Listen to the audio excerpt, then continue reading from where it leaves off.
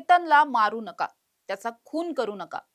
हे सिया आणि चेतनच्या एका जवळच्या व्यक्तीनं या दोघांनाही सांगितलं होतं. मात्र या व्यक्तीचं या दोघांनी काहीही ऐकलं नाही आणि अखेर केतनचा बळी घेतला. आता मात्र पोलीस तपास करत असताना पोलिसांना हीच तिसरी व्यक्ती सापडली आहे आणि त्यामुळे आतापर्यंतच्या तपासातला हा सगळ्यात मोठा पुरावा मानला जातोय.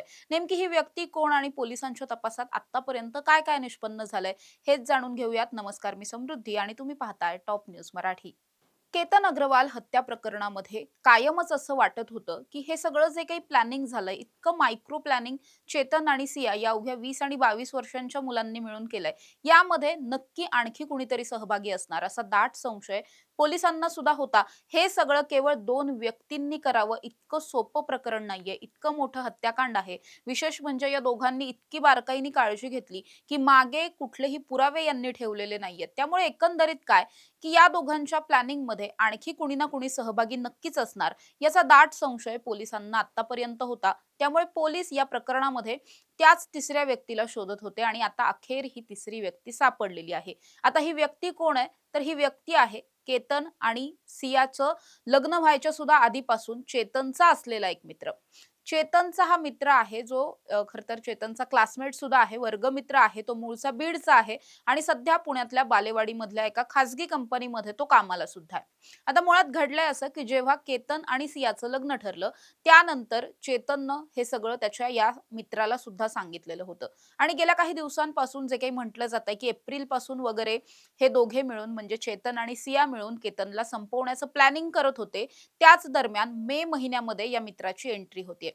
मे महिन्यापासून चेतन हा सतत या मित्राच्या कॉन्टॅक्ट मध्ये होता.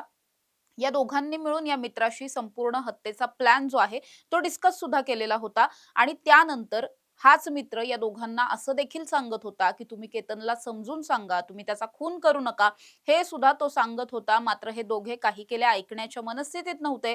यांना केतनचा काटा काढायचा होता, त्याला कायमचं आपल्या आयुष्यातून घालवायचं होतं आणि म्हणून या दोघांनी मिळून हा सगळा प्लॅन आखला. आता हा प्लॅन सुरुवातीपासूनच चेतनच्या या मित्राला ठाऊकही होता. इव्हन ज्या दिवशी म्हणजे 18 जूनला हे सगळं हत्याकांड घडलं त्या दिवशी सुद्धा चेतन हा आपल्या मित्राला लोहगडावरती आपल्या सोबत चल असा आग्रह करत होता. मात्र तो मित्र हुशार होता असं म्हणावं लागेल की तो या सगळ्यामध्ये तिथे गेलाच नाही. पण असंही माहिती मिळतेय की ज्या वेळेस हा खुनाचा संपूर्ण प्रकार घडला त्यानंतर लोहगडावरून आल्याच्या नंतर चेतन हा सगळ्यात पहिल्यांदा याच मित्राला भेटायला गेलेला होता.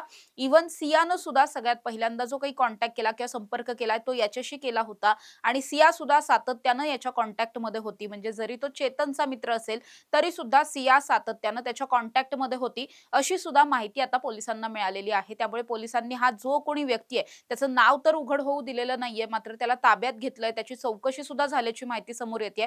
त्यामुळे या प्रकरणामधला हा आतापर्यंतचा सगळ्यात मोठा ट्विस्ट म्हणावा लागेल किंवा सगळ्यात मोठं लीड म्हणावं लागेल. या एका लीडमुळे पुणे पोलिसांच्या तपासाला वेगळं वळून लागू शकतं. कारण आतापर्यंत जर आपण पाहिलं तर या प्रकरणामध्ये कुणीही प्रत्यक्षदर्शी नाहीयेत, साक्षीदार नाहीयेत, सीसीटीव्ही नाहीये. त्यामुळे पुणे पोलिसांच्या हाती सध्या असे मजबूत काहीच पुरावे नाहीयेत की ज्या पुराव्यांच्या आधारे जास्तीत जास्त दिवस सिया आणि चेतन या दोघांना सुद्धा कोठडीमध्ये ठेवता येईल, त्यांच्या जामिनाला अपोज करता येईल अशा पद्धतीचे पुरावेच पोलिसांना सापडत नव्हते. त्यामुळेच खरं तर पोलिसांनी सियाची लाय डिटेक्टर टेस्ट करण्याचं सुद्धा ठरवलं. ही टेस्ट सुद्धा लवकरच होणार आहे. मात्र आता या तिसऱ्या व्यक्तीच्या रूपानं म्हणजे चेतनच्या मित्राच्या रूपानं पोलिसांना तपासातलं सगळ्यात मोठं लीड मिळालंय. जर या मित्रानं जे काही त्याला माहिती आहे हे सगळं काही नीटपणे सांगितलं तर नक्कीच सिया आणि चेतनच्या विरोधातला हा खूप मोठा पुरावा ठरू शकतो. अशा ताज्या आणि महत्त्वाच्या बातम्यांसाठी तुम्ही पाहत राहा टॉप न्यूज मराठी. आपला महाराष्ट्र, आपली बातमी. तुमची car, electric panel, data server आगीपासून सुरक्षित आहे का?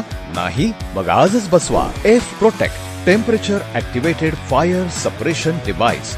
यामध्ये आहे eco friendly non toxic pressurised liquid जे आग लागल्यास क्षणार्धात ऍक्टिव्हेट होऊन आगीवरती मिळवते नियंत्रण. बसवण्यास अतिशय सोपे आणि सुटसुटीत टेकालिपचे एक दर्जेदार उत्पादन एफ प्रोटेक्ट.